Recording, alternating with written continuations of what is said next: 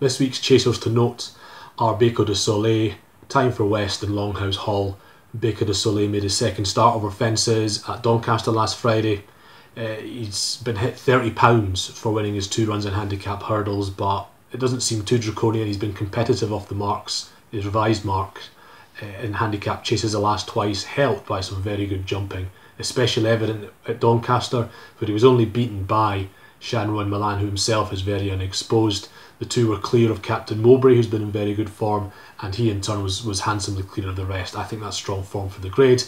Beco de Soleil has been put up another £6, which isn't the most lenient bit of handicapping you'll ever see, but with the form at that grade being so strong, I don't think there's enough to stop him from winning another 3-mile chase when he gets the chance in the north.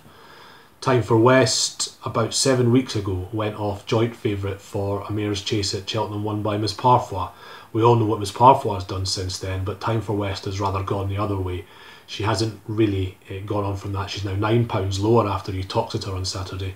But there she travelled a lot better. She was coming to challenge on a day when very, very few horses got involved from the back before she belted 4 out, and she was looked after that.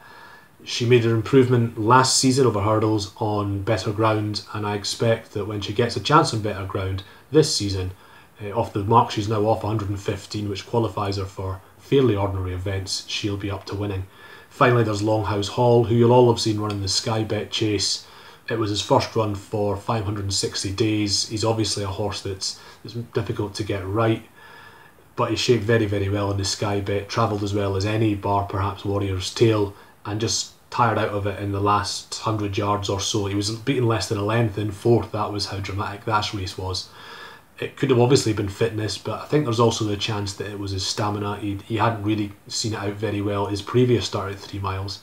So for that reason, his entry in the Ryanair possibly has it right in terms of trip, but is probably a little bit ambitious. He's only rated 146, and he can obviously still compete in handicaps and evidently be competitive.